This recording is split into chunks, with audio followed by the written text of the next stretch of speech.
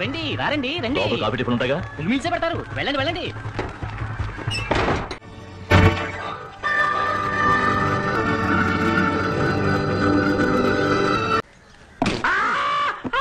ఏమైందయ్యా? మేకు దించారా?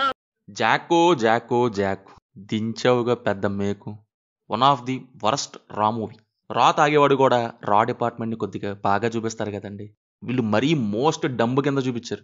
అసలు ఏం ఎంటర్టైన్మెంట్ ఉందని స్క్రిప్ట్ రాశారు, ఏముందని ఓకే చేశారు, ఏముందని ప్రొడ్యూస్ చేశారు, ఏముందని దింపారు.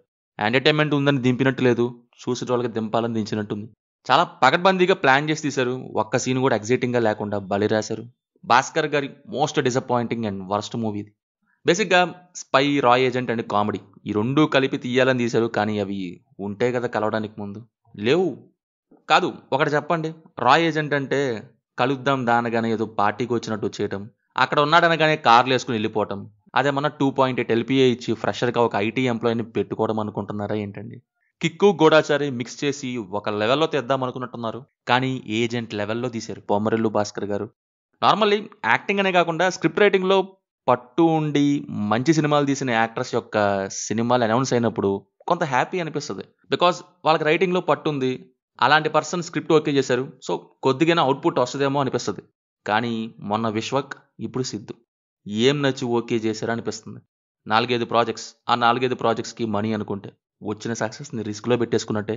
అసలు ఆ ఏఐ క్రియేట్ చేసే వీడియోస్ ఏంటో, ఆ విఎఫ్ఎక్స్ ఏంటో, ఇది ఎలా ఉందంటే ముందు ఇంట్రెస్ట్తో స్టార్ట్ చేశారు, స్టార్ట్ చేయగానే అర్థమైనట్టుంది జస్ట్ రెమ్యూనరేషన్స్ ఇచ్చేసి ఈ సినిమాకి మాత్రం ఏం పెట్టలేదు.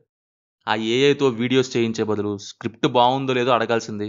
ఎలాగో పక్కనుండే మనుషులు నిజాలు చెప్పరు కాబట్టి నెక్స్ట్ టైం ట్రై చేయండి. చాట్ జీపీటీని వద్దు, ఆ గ్రాక్ని తీసుకోండి.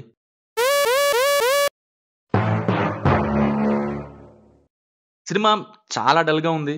అండ్ జాక్ అప్పుడప్పుడు టిల్లు అయిపోతాడు. అదేంటో క్యారెక్టర్నే ఫస్ట్ అసలు అనుకోలేదు. ఐ థింక్ ఎవరు ఈ ప్రాజెక్ట్ మీద అసలు ఇంట్రెస్టే లేకుండా తీసినట్టుంది. ఇంకా పిల్లి సౌండ్స్ ఒకటి వస్తాయి వైష్ణవి వచ్చిన ప్రతిసారి. క్యాట్ డిటెక్టివ్ ఏజెన్సీ ఫైన్, 4-5 సార్లు యూస్ చేసుకోండి. సినిమా మొత్తం అదేదో బీజిఎం లాగా వాడేస్తే ఎలా? మ్యూజిక్ డైరెక్టర్కి పేమెంట్ ఇవ్వలేదేమో, ఫ్రీ సౌండ్స్ అన్నీ వేసేసారు బీజిఎం లాగా. పర్ఫార్మెన్సెస్ వైజ్ సిద్ధు డీసెంట్, కాకపోతే టిల్లు క్యారెక్టర్ నుంచి బయటికి రావాలి. అక్కడక్కడ డైలాగ్ మాడ్యులేషన్ దాని వైపుకి వెళ్ళిపోయింది. వైష్ణవి క్యారెక్టర్ ఎందుకుందో ఏమో, జస్ట్ రన్ టైం కోసం అన్నట్టు పెట్టారు. మిగతా ఎక్స్పీరియన్స్డ్ యాక్టర్స్ని అసలు యూజ్ చేసుకోలేదు, ఏదో పెట్టాం తీసాం అన్నట్టు తీశారు. ఫైనల్లీ చిరాక్ వచ్చింది మూవీ. సినిమా చూస్తుంటే మీకు ఎలా ఉందో కింద కామెంట్స్లో మాతో తప్పకుండా షేర్ చేసుకోండి. Will meet in next video. Thank you. జై హింద్.